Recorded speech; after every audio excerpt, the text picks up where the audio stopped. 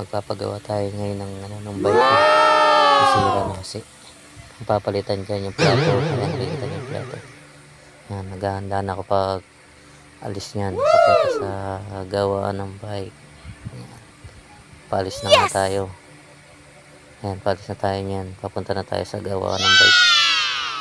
Medyo malapit din naman, malapit lang naman ang gawaan ng bike dito.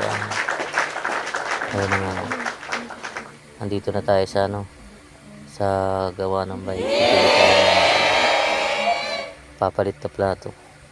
So yun na nga, tinatanggal na niya para may kabit na. Tinatanggal na yung plato. Medyo mahirap tanggalin. Yan. Kaya nagpalit ng tao. Ayan, nagpalit ng tao na magkakabit. Ayan, nakabit na yan. Nawala na yung isang gumagawa. Pinunta na ginagawa kasi nila. So yun, inikot-ikot na. Nakabit na natin yung plato. Yan, malapit na yung matapos.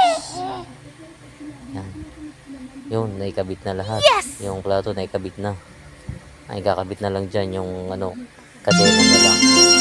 Ina-adjust na lang yung kadena para kasi sobra yung kadena eh. Binabawasan lang yun. So, ayan, pauwi na tayo ngayon guys. Kaya, thanks for watching. Ingat kayo lahat. Bye.